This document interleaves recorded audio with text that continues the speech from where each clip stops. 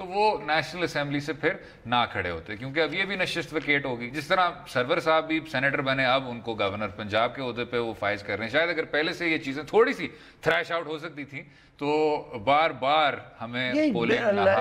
نہ جب جو ہے کہ یہ آپ جس طرح کہہ رہے ہیں ہر چیز میں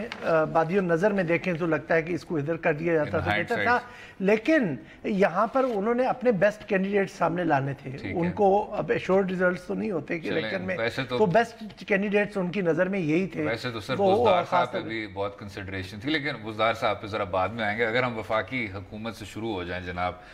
بہت ایسی سیاسی جماعتیں ہیں. جب وفاقی حکومت سے پہلے میں تھوڑا سا ان کا جو پرائم منسٹر کا پرسنالٹی انالیسس جو تھوڑا سا کر دوں کہ جی جہاں پر ان کی اسٹرینتھس ہیں کہ وہ بریو ہیں, وہ پرزیویئر کرتے ہیں. جو 22 سال آپ ان کی بار بار تعریف کرتے ہیں کہ 22 سال جدوجہد کے بعد بندہ وزیر اعظم بنا, تو اس کے ساتھ ساتھ ان کے اندر ویکنیسز بھی بہت ہیں. ایک تو یہ ہے کہ ان میں مستقل مزاجی نہیں ہے, اور آپ نے کل خود دیکھا کہ وہ کس طرح سے چھوٹی سی چیز پہ, چھوٹی تو نہیں کہہ لیں لیکن احتجاج ہو رہا تھا, ان کو اب اسٹیٹسمین کے طور پہ اس کا سامنا کرنا چاہیے تھا, بردباری کے ساتھ کرنا چاہیے, وہ پرووک ہو گئے. ایز پرائم منسٹر ہم ان سے ایکسپیکٹ نہیں کرتے ہیں کہ وہ اتنی آسانی سے پرووک ہو جائیں گے, کیونکہ بہت زیادہ پرووکیشنز آئیں گی بہت انٹرنل اور ایکسٹرنل. اور اس کے بعد ان کا جو لیکن پرووک ہو کر کھڑے احتساب کی ہی بات کی, نہیں کھڑے احتساب کی بات کی, لیکن جس طرح کا اسٹیٹسمین ٹائپ خطاب ہم چاہ رہے تھے کہ وہ کرے, اور ہم چاہ رہے تھے کہ وہ اس طرح کا خطاب کرے جو انہوں نے الیکشن جیتنے کے بعد 26 جولائی کو کیا تھا, جس کی وجہ سے ان کی کافی تعریف ہوئی تھی. تو یہاں اگر اس طرح کا مثبت کرتے, خطاب کرتے, تو وہ اپوزیشن کو اپنے ساتھ انگیج کر لیتے. دوسرا ان کا یہ ہے کہ جی وہ لارجر پکچر کو نہیں دیکھتے, اور ایک ان کی جو سب سے بڑی خامی ہے کہ وہ جیسے کہتے ہیں بندہ شناس نہیں ہے, وہ جیسے کہتے ہیں بندے کو پہچان نہیں سکتے. ابھی تک انہوں نے کافی زیادہ جو چوائسز جو کی ہیں وہ کوسچنیبل ہیں. میں بار بار آپ کا اسپیکر سے شروع کرتا ہوں, اور اب تو کیبنٹ میں بھی بے شمار چیزیں ہیں جو میرا خیال میں پوائنٹ آؤٹ کر سکتا ہوں. کیبنٹ پہ آ جائیں جناب ذرا. ایک شخص تو لہٰذا ایک پورا اسپیکٹرم ہے کہ جہاں پر لوگوں کو یقین ہے کہ جناب یہ آپ کے ملک کی تقدیر کو بدل کر کے رکھ دے گا, کچھ لوگوں کو امید ہے, اور کچھ لوگ جو ہے ابھی بھی شکوک و شبہات میں پھنسے ہوئے ہیں کہ جناب کچھ ہو پائے گا یا نہیں ہو پائے گا. اچھا باقر صاحب, ایک قابل احترام صحافی صاحب, بہت سینئر آدمی ہیں, انہوں نے یہ ٹویٹ کیا بڑا دلچسپ کہ عمران خان صاحب, وزیر اعظم عمران خان صاحب کا جو کابینہ ہے وہ مس پلیسمنٹ کا ایک نمونہ, ایک مثال ہے. جو ایجوکیشنسٹ ہے وہ ڈیفینس پروڈکشن کو دیکھے گا, جو دفاعی ایکیڈیمک ہیں ان کو آپ نے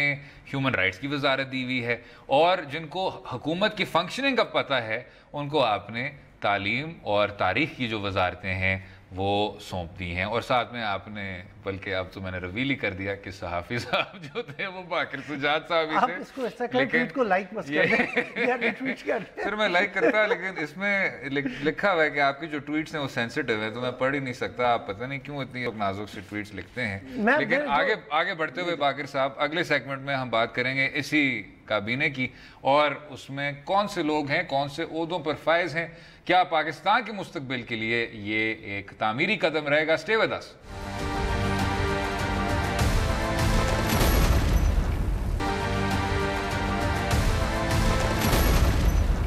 welcome back to Do Raaye. نیا پاکستان میں ایک نیا کابینہ, بات کر رہے تھے باقر صاحب کے ساتھ. جناب جو آپ کو یہ ایک لسٹ ملی ہے, 15 جناب وزراء ہیں اور 5 مشیر جو نئی حکومت میں نظر آئیں گے. جی ہاں, پرائم منسٹرز آفس سے جو فہرست ریلیز ہوئی ہے یہ غیر حتمی فہرست ہے جناب. اس میں امید نہیں, اس کے امکانات ہیں کہ یہ جو لسٹ ہے یہ اب بڑھتی ہوئی نظر آئے گی. کچھ اتحادی ہیں وہ بھی اکوموڈیٹ ہوں گے, لیکن ویسے جناب فرام دا آؤٹ سائڈ اگر ہم دیکھیں تو اس میں تحریک انصاف کے علاوہ متحدہ قومی موومنٹ کو ایک تو بہت اہم وزارت ملی ہے قانون و انصاف کی, ڈاکٹر فروغ نسیم صاحب کو, اور ساتھ میں خالد مقبول صدیقی صاحب کو آئی ٹی کی بھی وزارت دی گئی ہے. جی ڈی اے کی فہمیدہ مرزا صاحبہ کو انٹر پروونشل کوآرڈینیشن. تو یہ جناب کچھ اتحادی ہیں.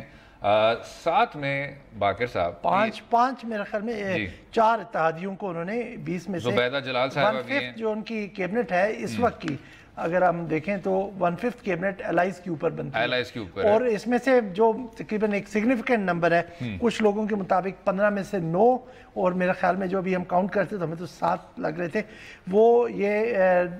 جو مشرف صاحب سر کے دور کے لوگ اگر ویسے ہم دیکھ لیں یہ جو ہمارے پاس کوئی 20 پوسٹ ہیں آگے چودھری طارق بشیر چیمہ جو اسٹیٹس اینڈ فرنٹیئر ریجنز کے وزیر ہیں ان کی تعلق تھا غلام سرور خان صاحب پیٹرولیم منسٹر ان کا بھی تعلق تھا فواد چودھری صاحب کا تعلق تھا وزارت نہیں تھی شیخ رشید احمد صاحب ریلوے کے وزیر تب بھی تھے اور اب بھی رہیں گے زبیدہ جلال صاحبہ بھی تھیں اور مشیر جناب آپ کی مشیروں کی تو اکثریت پرویز مشرف صاحب کے دور سے وابستہ صاحب امین اسلم صاحب جناب یہ ان میں سے تو میجورٹی میرا خیال میں ایڈوائزرز میں سے آپ نے مشرف ایرا کے اٹھا لی لیکن اس میں تو وہ ہم جو ہم نے جب انہوں نے ٹکٹس کی تقسیم کی تھی تو یاد ہے اس وقت آپ کو ایک جملہ کہ ہم نے کہا تھا کہ پی ٹی آئی تبدیل نہیں ہوئی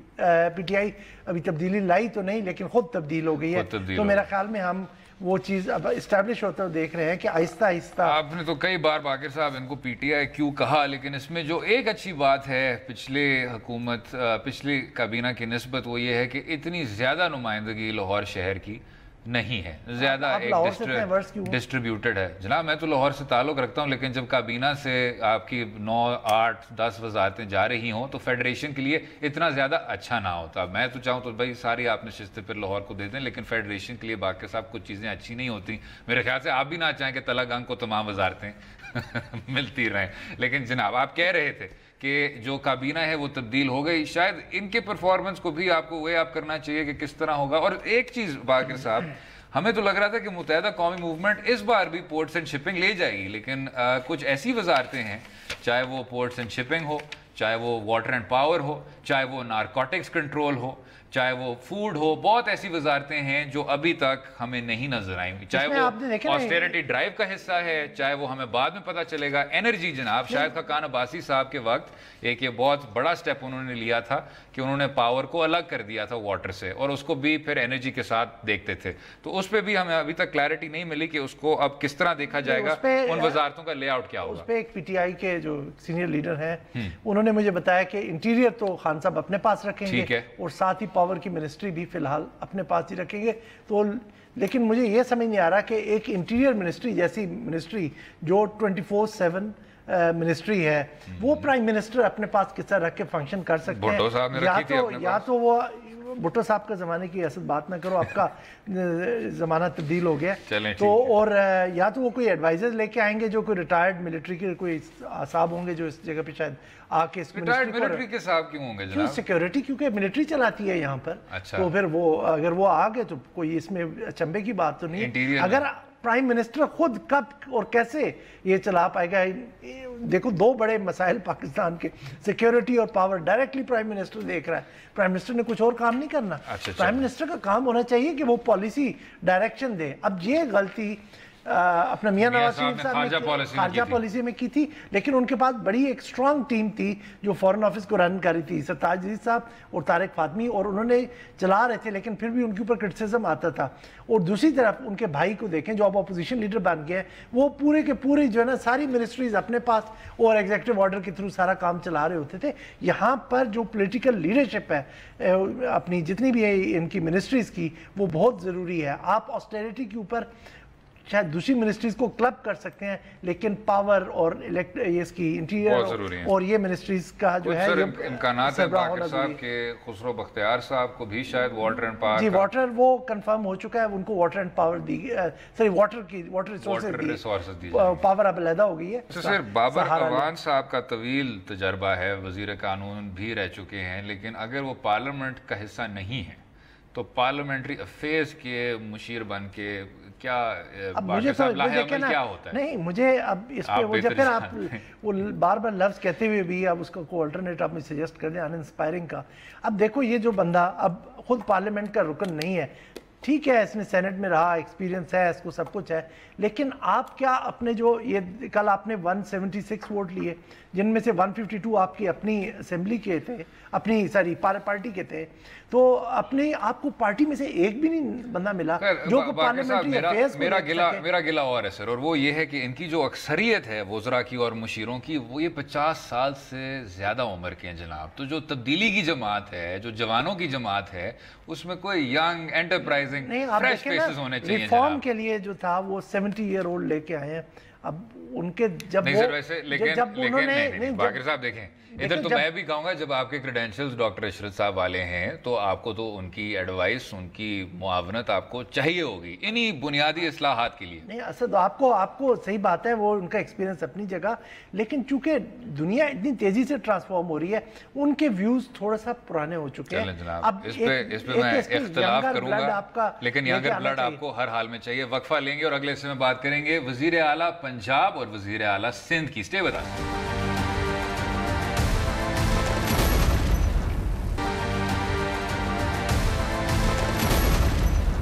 کچھ مہینوں سے نام گردش کر رہے تھے پاکستان تحریک انصاف کے پنجاب کے وزیر اعلیٰ کے چوائس کے، لیکن جب شاہ محمود قریشی صاحب کا نام سامنے نہ آ پایا، جب علیم خان صاحب کا نام سامنے نہ آ پایا، جب پاکستان تحریک انصاف کی ینگ لیڈرشپ کا نام سامنے نہ آ پایا، تو عوام پاکستان انٹروڈیوس ہوئی عثمان بزدار صاحب سے. باقر صاحب شاید آپ پہلے سے جانتے تھے بزدار صاحب کو، میں نے یہ نام شاید نہیں سنا تھا پہلے، لیکن آپ کو آئیڈیا تھا؟ آئیڈیا نہیں تھا، لیکن ہمیں شاید ایک ان کے ساتھ انٹرویو کی اپرچونٹی ملی تھی، لیکن ہم کر نہیں پائے تھے. وہ تاریخی انٹرویو ہوتا ہے، اگر وہ ہم نے مس کر دیا. ہاں جی، ہم پہ یہ. لیکن جناب اگر ہم ذرا آ جائیں بزدار صاحب پہ، آج عمران خان صاحب نے بطور وزیر اعظم پاکستان اپنا جو پہلا ٹویٹ ہے یا ارلیسٹ ٹویٹس میں سے انہوں نے حمایت کا اعلان کیا. جو آپ نے بھی کہا تھا کہ آپ کے جو اپنے سورسز ہیں شاید وہ کہہ رہے ہیں کہ ان کا وزیر اعلیٰ کے امکانات اس طرح مضبوط نہیں ہیں، لیکن انہوں نے یہ جو عمران خان صاحب کا ٹویٹ آیا تھا، اس کا کانٹیکس یہ تھا کہ پارٹی کے اندر یہ بڑی سٹرونگ ریومر چل رہی تھی کہ بزدار صاحب کا نام، شاید جو انیشیل ریاکشن آیا تھا جس میں سے آپ نے بھی کل پتھر مارنے والے سے تھے لوگوں میں سے تھے، تو وہ اس کی وجہ سے خان صاحب شاید اپنا ڈیسیژن ریورس کر دیں اور ایک نیا کوئی کینڈیڈیٹ سامنے لے آئیں. لیکن جب اب جو ایک سپریم کورٹ کی طرف سے ڈکلیئرڈ صادق اور امین ہیں، انہوں نے عثمان بزدار صاحب کو سرٹیفکیٹ ایک جاری کیا ہے کہ میں نے تمام ضروری چھان پھٹک مکمل کر لی ہے، اور انہیں ایک دیانتدار شخص پہنی اردو میں بھی ٹویٹ ہوئی ہے، تو میں ڈائریکٹلی ان کی ٹویٹ پڑھ رہا ہوں. تو اب اس کا ہمیں دیکھنا ہے کہ جناب، مجھے تو جیسے کہتے ہیں کہ ویسے ہی کافی زیادہ وہم لاحق ہو رہے ہیں جب سے تبدیلی آئی ہے، کیونکہ ایک انسرٹنسی انوائرمنٹ ہو جاتی ہے جب چینج آئے، اور ایسا بندے کو لایا جائے جو کوئی زیادہ ایکسپیرینسڈ یا جس کے وی ایم کے بارے میں ہمیں نہ پتا ہو، تو بہت زیادہ پرابلم ہوتا ہے. خان صاحب کی ایک ہی آرگومنٹ ہے کہ جناب بیکورڈ ایریا سے آئے ہیں، لیکن انہوں نے یہ بھی کہا کہ ان کے گھر میں بجلی نہیں ہے. جی بجلی نہیں ہے. تو اور یہ بھی آپ دیکھیں کہ ان کے والد اور یہ تقریباً ہر حکومت کا حصہ رہے ہیں. لوگوں کے وہاں جا کر ڈیرہ غازی خان میں لوگوں کو کہتا ہوں کہ جس علاقے سے یہ ٹرائبل ایریا سے تعلق رکھتے ہیں، جہاں کی تحصیل ناظم بھی رہے، وہاں جا کر انویسٹیگیٹ کرے کہ وہاں غوث سکولز کیوں ہیں، وہاں غوث امپلائیز کا مسئلہ ابھی کیوں ہے، وہاں پر جا کے پتہ کریں کہ یہ وہاں پر جو گورنمنٹ نے فنڈز دیتے ہیں وہ کیوں نہیں وہاں پر جا کے ڈیولپمنٹ لا پاتے. یہ جو بلوچستان کا ماڈل ہے وہاں پر ڈیولپمنٹ کا، جہاں پر کچھ الیکٹڈ لوگ فنڈز لے جاتے ہیں، شاید لوگوں کا کہنا ہے کہ وہاں پر بھی کچھ اسی طرح کی پرابلمز ہیں. لیکن ایک اور بھی چیز ہے باقر صاحب، ویسے اگر آپ بایو دیکھیں، مئی 69 میں پیدائش، ڈی جی خان کے ٹرائبل اسٹریچ میں بہاؤدین زکریا یونیورسٹی سے تعلیم انہوں نے حاصل کی، یہ تو سارا ٹھیک ہے، وہ آپ کو ایک پرو فارما بایو ڈیٹا دیا جاتا ہے. لیکن ساتھ میں جو 1998 کے ایک انتخاب کے بعد جو الزام ان پہ لگا ہے کہ جی 6 قتلوں کے سلسلے میں دیت ٹرانزیکٹ ہوئی تھی اور پھر بزدار صاحب کو وہاں سے اکوٹ کیا گیا تھا. کوئی کنوکشن نہیں ہے آن دا ریکارڈ، لیکن جو بات بنتی ہے وہ یہ ہے کہ آپ نے جب دیت دیا ہو تو وہ ایک طرح سے، میں اس کو، کیونکہ یہ پھر لیگل فیلڈ آ جاتا ہے، اس کو شاید اعتراف نہیں کہنا چاہیے، لیکن جب 62 اور 63 کے طور پہ آپ صادق اور امین کسی کو گیج کرتے ہیں. اب آپ کی جورسپروڈنس بھی اتنی زیادہ ڈیولپ ہو گئی ہے کہ آپ نے لوگوں کو تاحیات نااہل کر دیا ہے, اور انہی آئین کے شک کے طور پہ آپ نے تاحیات نااہل کیا, اور افتخار چودھری صاحب کے دور سے آپ کرتے آ رہے ہیں. اگر آپ نے واقعی میں ایک نیا صفحہ پلٹنا ہے, آپ نے ایک نیا پاکستان کی بات کرنی ہے, تو ایسا شخص جس کا نام ان 6 قتلوں کے ساتھ منسلک ہو رہا ہے, بے شک آپ نے دیت دی ہو, بے شک وہ کیس ایکٹیو نہ ہو, تو وہ کسی کے لیے جناب انسپائرنگ نہیں ہوتا. اور یہ اس بات کو آپ چھوڑ دیں کہ آپ کو اس قانون میں جو قصاص دیت کا قانون ہے وہ کس طرح آپ نے شاہ رخ جتوئی کے کیس میں دیکھا, کس طرح آپ نے ریمنڈ ڈیوس کے کیس میں دیکھا استعمال ہوتے ہوئے, اس بات کو بھی آپ ایک طرف پارک کر دیں. Purely in terms of optics, purely in terms of concept, Buzdar صاحب سے شاید بہتر آپ کو کئی امیدوار مل جاتے. ملنے چاہیے تھے. ان کی پارٹی تقریباً اب کتنے 180 پلس تو اس کی اسٹرینتھ ہو چکی ہے وہاں پر اسمبلی کے اندر, پروونشل اسمبلی کے اندر. ان کو بہت زیادہ چوائسیز تھی. اب مجھے نہیں پتا کہ وہ کس لیے اس طرح کی کنٹروورشل چوائس کے لیے جائیں گے. اب آپ بینگ اے لائر آپ بہتر بتا سکتے ہیں کہ کیا دیت دینا ایک ایڈمیشن آف گلٹ ہے یا نہیں ہے.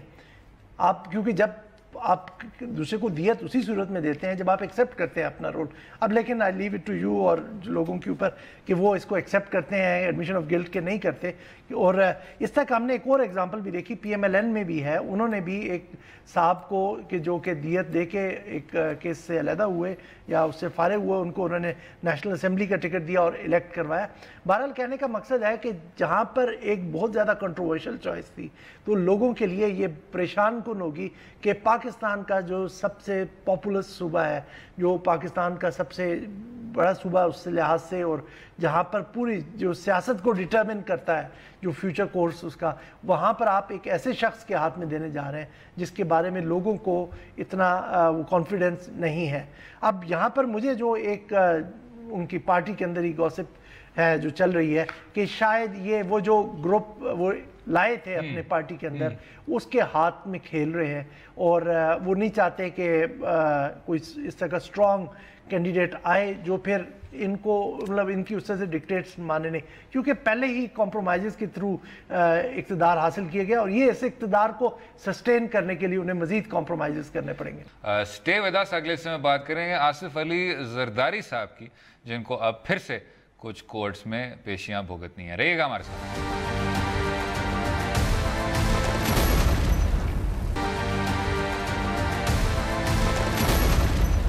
اس سے پہلے کہ ہم پاکستان پیپلز پارٹی کی سینئر قیادت پر آئیں, ابھی بات ہو رہی تھی نئے کابینہ کی, ایک نیا پاکستان کا نیا کابینہ. جناب باقر صاحب, آپ نے دیکھیں ان کے جو مشیر ہیں کچھ بہت اہم شخص ہیں اور بہت عظیم شخص ہیں. ڈاکٹر عشرت حسین صاحب, ان کو انسٹیٹیوشنل ریفارمز اینڈ اسٹیرٹی کا جو مشیر ہے ان کو اپوائنٹ کیا ہے. تو ٹویٹ بھی آپ نے کیا تھا جناب کہ جی ڈیفینس کو ہیومن رائٹس اور ہیومن رائٹس کو ڈیفینس وغیرہ, اور اس میں اگر 70 سال کے شخص ہیں تو وہ کیا اس طرح کے ریفارمز لائیں گے. لیکن اسی ٹویٹ پہ جناب عارف رفیق صاحب نے کہا آپ کو ہیو ٹو ڈس ایگری. جو 70 سال کے شخص ہیں انہوں نے کتاب لکھی ہے انسٹیٹیوشنل ریفارمز پہ, اداروں کے اصلاحات پہ, اور اسی کتاب کی بنیاد پہ وہ وزیر اعظم کو ایڈوائز کریں گے. تو باقر صاحب, ایک پراپر اتنی جب طویل فہرست ہوتی ہے کریڈینشلز کی تو اتنا شاید سینیکل نہیں ہونا چاہیے جناب. آپ تو بالکل آپ نے نہیں, لیکن اس پہ تھوڑا سا میں اپنا بھی ریجوائنڈر دے دوں اس پہ کہ میں نے ان کے کریڈینشلز کو کوسچن نہیں کیا. وہ بڑے ایک اعلیٰ پائے کے ایک اسکالر بھی ہیں, اور ان کا ایز این اکانومسٹ میں ان کا بڑا احترام کرتا ہوں. لیکن مسئلہ یہ ہے کہ اب وہ ایج کے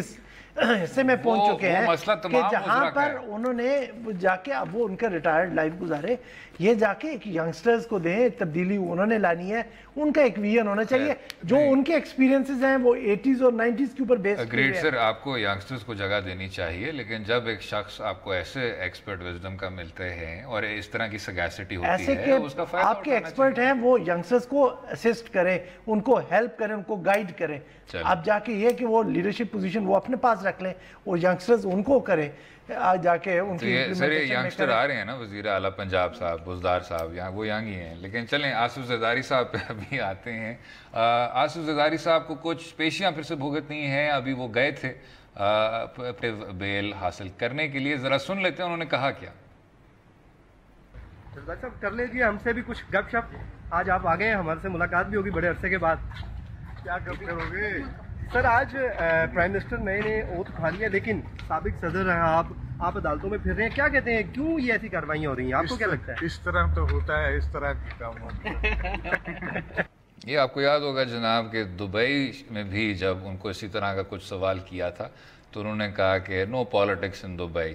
ینگ لیڈی۔ تو آصف زرداری صاحب ون لائنر کے تو آپ کنگ بن چکے ہیں، لیکن جو احتساب کا پھندا ہے باقر صاحب وہ پھر سے تنگ ہوتا جا رہا ہے ان سیاسی جماعتوں کے گرد۔ عمران خان صاحب نے بھی کھرا احتساب کی بات کی، کیا آپ کو نظر آ رہا ہے آنے والے دنوں میں؟ نہیں، احتساب جو ہے وہ صرف سابق حکمرانوں تک یا جو نہیں ہونا چاہیے، نہیں وہاں تک محدود نہیں رہنا چاہیے، اور آپ کو اس کا نیٹ جو ہے پورا ایکسپینڈ کرنا پڑے گا اگر آپ ایک میننگ فل چینج لانا چاہتے ہیں اور جو کرپشن کے ناسور کو آپ روکنا چاہتے ہیں، کیونکہ کرپشن بہت زیادہ جو بیماریاں جو سوسائٹی میں آپ کو نظر آتی ہیں ان کی وجہ ہوتی ہے، تو آپ نے اس کا نیٹ پھیلانا ہے۔ صرف اس کو چند اشخاص تک، چند لیڈرز تک نہ محدود رکھیں، ورنہ یہ سمجھا جائے گا کہ آپ ان کی وہ وکٹمائزیشن کر رہے ہیں، پولیٹیکل گراؤنڈز پہ کر رہے ہیں، کیونکہ ابھی بھی یہ بڑے آسانی سے یہ اس سے بچ جاتے ہیں اور یہ لوگوں کے پرسیپشن چینج کر لیتے ہیں جب یہ کہتے ہیں دیکھیں جی یہ تو صرف ہمارے خلاف ڈائریکٹڈ ہے کیونکہ ہم اپوزیشن کی پارٹی لیڈ کر رہے ہیں۔ بے شمار دوسرے لوگ موجود ہیں، اب پاناما کے ہی آپ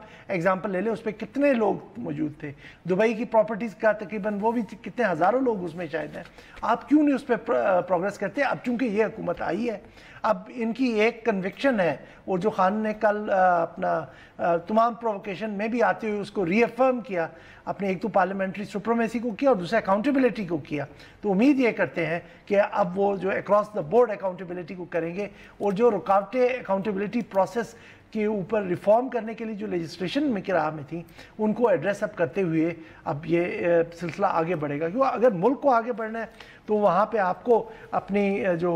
پولیٹیکل سسٹمز میں ڈسٹورشنز ہیں ان کو دور کرنا ہے اور اکاؤنٹیبلٹی کو بالکل ایک اسٹریم لائن کرنا ہے۔ اور اگر ہم اب اوور آل ایک میکرو پکچر کو دیکھ لیں تو جس طرح آپ متحدہ قومی موومنٹ اور بلوچستان عوامی پارٹی اور پاکستان مسلم لیگ کاف کو ساتھ لے کے چل رہے ہیں، دوسری طرف تو اب کچھ یہ افواہیں ہیں جناب کہ سینٹ میں بھی وہ ڈسپلیس کرنا چاہ رہے ہیں لیڈر آف دا اپوزیشن کو۔ پاکستان مسلم لیگ نواز کے تعلقات اب اتنے زیادہ کمزور ہو گئے پاکستان پیپلز پارٹی کے ساتھ، تو کیا آپ کو آنے والے دنوں میں حزب اختلاف زیادہ سنجیدہ دیکھنے کو ملے گا، یا یہی آپ کو تالیاں اور گو عمران گو اور دھاندلی کے نعرے نظر آئیں گے، لیکن یکجہتی کا بحران پھر بھی رہے گا؟ جی، ان کی جو ابھی تک گول ہے وہ ایک تو ہے کہ اپنے جو ایجوٹیشن کرے اور ریگنگ کا ایشو کو الائیو رکھیں، لیکن جب تک وہ اپنی اسٹریٹجیز اور الٹیمیٹ گولز کو الائن نہیں کرتے، اب سب کا راستہ ڈیفرنٹ ہے۔ جو نواز شریف جو پارٹی ہے جس کی قیادت اب شہباز شریف کر رہے ہیں، ان کا وہ کافی حد تک ریسٹرینڈ ہو کے احتجاج کر رہے ہیں، وہ بے شک کل بڑے ووکل تھے، لیکن آپ ان کو ایک خاص حد سے آگے جاتے ہوئے نہیں دیکھیں گے۔ اسی طرح پیپلز پارٹی کی اپنی مجبوری ہیں، جس کا بھی آپ نے بھی جس کی طرف اشارہ کیا کہ وہ بھی چاہتے ہیں کہ ہم کچھ اس طرح سے ریڈ لائن کراس نہ کر دیں کہ پولیٹیکل جو گورنمنٹ ہے وہ بھی اس پروسیس کو ایکسپیڈائٹ کر دے اور مشکلات کرے۔ اگر ان تمام جو مسائل کو اگر وہ حل کر پاتے ہیں اور اپنے جو انٹرسٹ ہیں ان کو الائن کر لیں تو پھر میرا خیال میں وہ اکٹھے ہو کر ایک اسٹرانگ اپوزیشن کر سکتے ہیں، ورنہ وہ بکھرے رہیں گے۔ بالکل ٹھیک، امید ہے آپ کو آج کا پروگرام پسند آیا ہوگا۔ مجھے اور باقر سجاد صاحب رائے سے بھی آگاہ کیجیے ٹویٹر اور فیس بک کے لنکس کے ذریعے، اور اجازت دیں کل تک، خدا حافظ۔